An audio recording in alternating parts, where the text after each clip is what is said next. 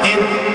Gusto ko sila, pero sino, kung hindi man yung ibang kong kapatid, sino pa ang gagawa upang kami maiyahon mula sa kahirapan? Kundi ako mismo. Hindi nagiging handa na wala ako ama, patay ang aking ama nung ako'y nasa ika-anim na kaitang. Pero nagsikap po ako para maiyahon po kami sa kahirapan. Mga kapatid, ito po yung resulta, alam niyo na, nakita niyo ilang bisis ako na nabigo sa negosyo. 6 na bisis ako nabigo. Pero muntik na ako ang matambay. Gusto ko na wakasan ang aking buhay. Dahil ay sa ako, wala sa aking ama. Hindi ko natikman yung pagmamahal ng ama ko. Dahil matagal siyang patay. At sinumungan ko ang ilang mga negosyo. Pero bigo pa rin ako. Kumuha ako ng kutsilyo pagkatapos masakit pala akong pagkamatay. Kaya, buti na lang.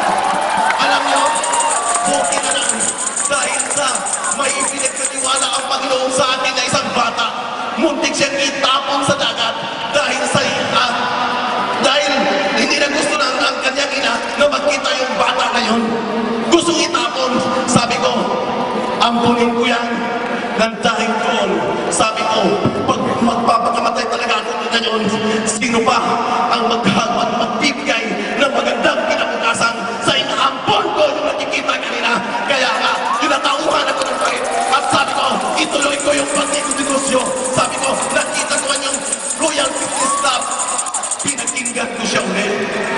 6 na bisis na bumagsak na ibintang bahay. Pero nakinig pa rin ako sa Royal Business Club.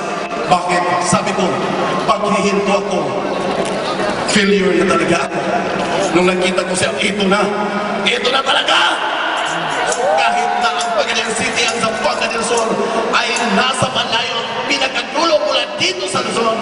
Pero ang sabi ko, nang nakita ko ang Royal Business Club ay hindi lang sa Visayas, hindi lang sa Luzon, o ang programa sa Royal Business Club ay para sa lahat ng mga Pilipino! Sabi ko, ito ay, bakit sinasabi ng iba na pag nasa Mindanao daw, huli ka na kasi nasa Mindanao ka, nauna yung Luzon. Sabi ko, hindi po gano'n ang programa. Ang sistema ng Royal ay para sa lahat ng mga Pilipino. Kaya nga, alam niyo po, nung ako'y inaward po dito, noong February 28th, napabilang sa Millionaires Club, sabi ko, nag-iisa lang ako dito, wala akong kasama. Buti na lang na yung nasa puso ko na hindi ako mapabayaan ng Diyos. Kahit isa lang ako nagpunta upang tanggapin yung award na yun, last February. Pero alam ko, marami akong mga kapatid na nasa Luzon at Visayas na magpunta sa Skylo upang tingnan ang awarding, mag-witness sa awarding ngayon.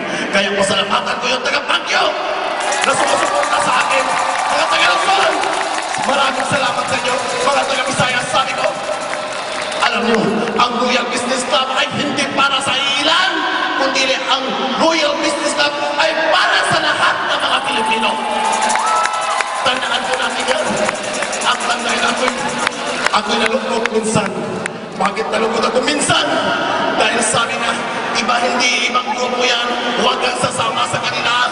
Sabi ko, wala na sanang grupo-grupo dahil ang bitiin ng Royal Business Club ay helping people is our way of life.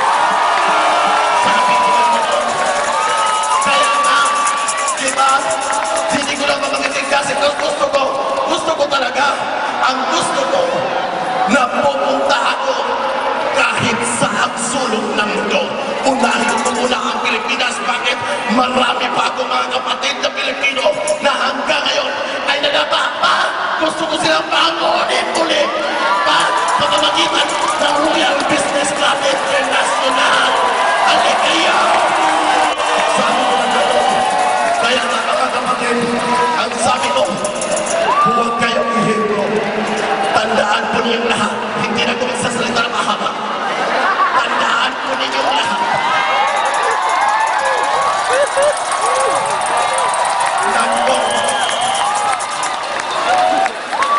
Tandaan mo niyo lahat na kung ang Luzon ay nagiging ulo, ang Visayas naman ay nagiging katawan.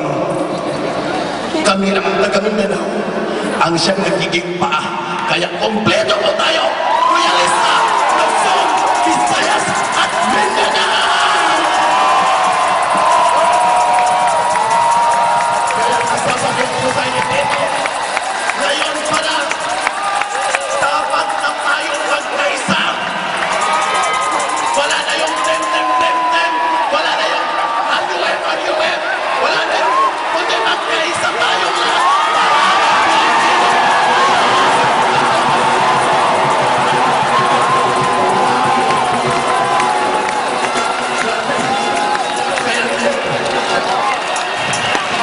Kayo,